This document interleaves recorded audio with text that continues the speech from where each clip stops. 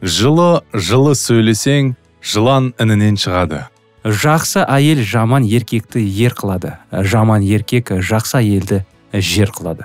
Армысыздар, құрметті достар, біздің Бақытты лайф бағдарламамыздың некеге дайындылық деген керемет бүгінгі тақырыбымыздың маңызды сөзі, маңызды тақырыбымыздың енді ары қарай жалғастыруы сөйлеу туралы айтып жатырмыз. Өткен тақырыбымызда біз егер мына керемет, әдемі, сүйікті, жағымды, ақылды, шыдамды жігіт немесе қызды сүйіп қалған болсақ, онда ажырасқанда мына албасты қайдан пайда болды деген сұрағымызды егер есіңізде болса, әрине мұның бәрі қай жерден табылады, қай дәрежеге дейін сүйіспеншілік өзінің құрбан болуына дайын болу керек. Біз не істеуіміз керек? Міне статистиканы ең басында айттық, 60-75%-ға дейін деген. Енді мұның бәрін айтып жатырмыз. Маңызды нәрсе сөйлесу дедік. Маңызды нәрсе болғанда осы сөйлесуде не туралы айттық біз? Кішкене айтып кетсең, Асеке? Біз өзіміздің мінезіміз жайлы, тарих жайлы айта кеттік. Сүйіктіміздің мінезі. Сосын тарих болғанда осы адамның жанұясы жайлы айта кеттік. Мысалы, және де жарыңызды таңдаған кезде оған достарының арасында мінез сөздері қалдай болады. Жанұясында сөйлесін. Өйткені ғашықтықпен, мен сені сүйем, жаным, күйім деп жүре бермей, ертең үйленгеннен кейін жаңағы албасты қаяқтан пайда болды дегеннің алдында кішкене бір-бірін жақсы тану керек. Бір-біріне күнделікті смс-пен емес, сөзбен ғана емес, айналада басқа адам сізден бөлек басқа жерде қалай өзің ұстайды. Жаңа айтып кеткендей, жылы сөйлесең, жылан інінен шығады дейді. Әрине, жақсы сөзбен біз сүйіктімізді өзімізге жақындата аламыз. Бірақ өзімізге қатты жақындатып жіберген кезде жылан інінен шығады. Ал әрине ол ойлайды, біз оны сүйеміз, біз үшін ол бәрін жасайды, мен кереметім, мен қазір бақыттымын деп сезініп жүрген кезде, дәл осы кезде ажырасу болғанда әлі тұрмыс құрмаған кезінің уақытында да немесе кезінде де бірін қарамай кетіп қалуы мүмкін. Енді ол да жақсы. Алдын ала біліп алсақ мінездерімізді, ол да жақсы. Сондықтан жаңағындай ғой, енді біз техника емеспіз, бірақ сіздер әр техниканы алар кезінде сіз дүкенге барып, электрон дүкенге барып, алдын ала оның мінезін біліп, жаңағы қандай құрылыс екенін бәрін біліп алып, тексеріп алып аласыз ғой. Мысалы, сол секілді жанұяға тұрар алдында ол сіздің болашақ жарыңыз алдын ала дайындалу керек. Өйткені жаңа айта кеткенде мақал-мәтелде Асеке өзінің мақал-мәтелін кішкене түсіндіре кетті ғой. Мен оқыған мақал-мәтелде жақсы әйел жаман еркекті ер қылады, жаман еркек жақсы әйелді жер қылады. Өкінішке бұл біздің айналамызда рас сөз. Кейбір еркектер мойынсұнғанда подкаблук емес бұнда.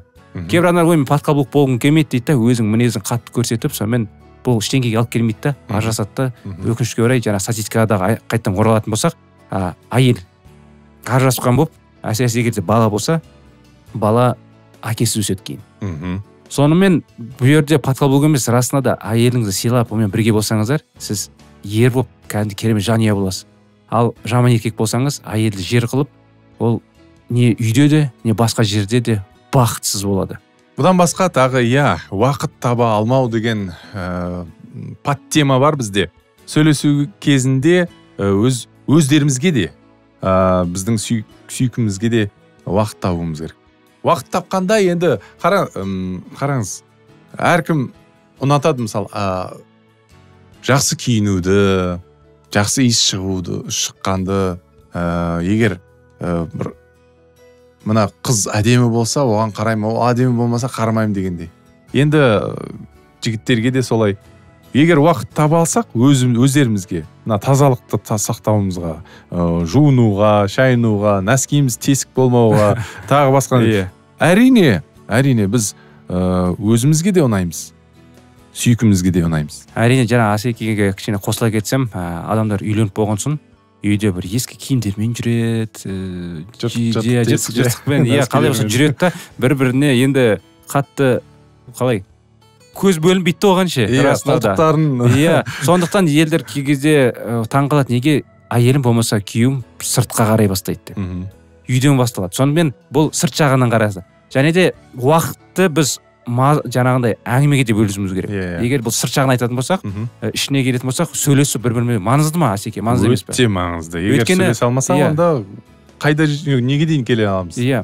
Мазмұнды әңгімеге үнемі уақыт бөліңіз, достар. Бұл уақытты кестесіңізде жоспарлаңыз. Әрине, алдын ала. Әрине, адамдар бүгін маңызды жұмыстар істейді, ол да болмайды, істемесе болмайды. Сондықтан алдын ала жоспарлап, мысалы, сүйіктім болмаса жарым, ертең кешке екеуміз уақыт бөліп тоқталып келейін, екеуміз сырласайық, әңгімелесейік, қиыншылықтарды бірге шешейік деп. Иә, сол жоспарлаған нәрсені жоспарлап қойғаннан кейін әрине оны ең соңына дейін жеткізу керек. Иә. Бұл уақытты кедергілер мен алаңдататын нәрселерден, әсіресе телефондар мен басқа гаджеттерден сақтаңыз. Сақтау керек. Барлығын тастап, серіктесіңізді қашан тыңдау керектігін түсіңіз. Міндетті түрде. Өйткені бұны мысалы кейбір адамдар болды, әйеліне көңілсіз екенін байқайды да, болмаса күйеуін көңілсіз екенін байқайды да, не болды, бір нәрсе болды ма, жоқ ештеңе кетпейді дейді, сөйтіп жүре береді. Ал сол уақытта егер де жақсы көретін адам болса, жоқ, тоқта. Не болды? Давай шешейік. Мүмкін көмек керек шығар. Не болды? Өйткені сіз жарықсыз ғой, бір-біріңізді әрдайым уақыт бөліп, жаңағыдай мәселені шешуге тырысуыңыз керек. Бір жаққа бат кетпеу дегенде, бат кетпеу үшін, жанұя бір жерде бат кетпеу үшін, соны байқап, мәселені сыртқа шығару керек. Немесе мен бір мысал айтып жіберейін да, менің досымда оның жанұясында бір проблема болған. Қандай проблема? Ол телефонында, ұялы телефонында, өзінің телефонында ойын ойнайтын. Әрқашанда ойын ойнай беріп, кіріп кетіп сол ойынға жанұясына уақыт бөлмей, әйелі бір нәрсе айтып жатқан кезде ол ойында. Әйелі бір нәрсе қалап жатқан кезде ол ойында. Баласына бір нәрсе керек болған кезде ол ойында. Әрине әйеліне бұл енді надоело болып кетті. Не болды? Әрқашанда мына телефонында, әрқашанда мына ойынында, сол ойыны бойынша ұрыс соғыс басталып, ажырасуға дейін жеткен кезде жаңағы менің досым есіне келді, мен оған айта бастадым. Досым, сен ана ойыныңды қоймасаң, не болады? Сен жанұяң қазір бұзылып кетеді. Сен өзіңнің балдарыңды көрмейсің, әйеліңді көрмейсің, бақытты бола алмайсың бұрынғыдай.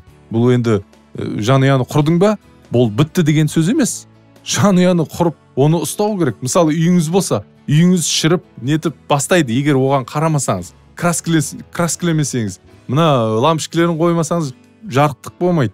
Мына трубаларды ауыстырмасаңыз, су болмайды, жылы болмайды дегенде. Әрине, әрбір жанұяны бастау үшін, немесе дайындалу үшін некеге оған әрқашанда ұстамды болу керек өзің.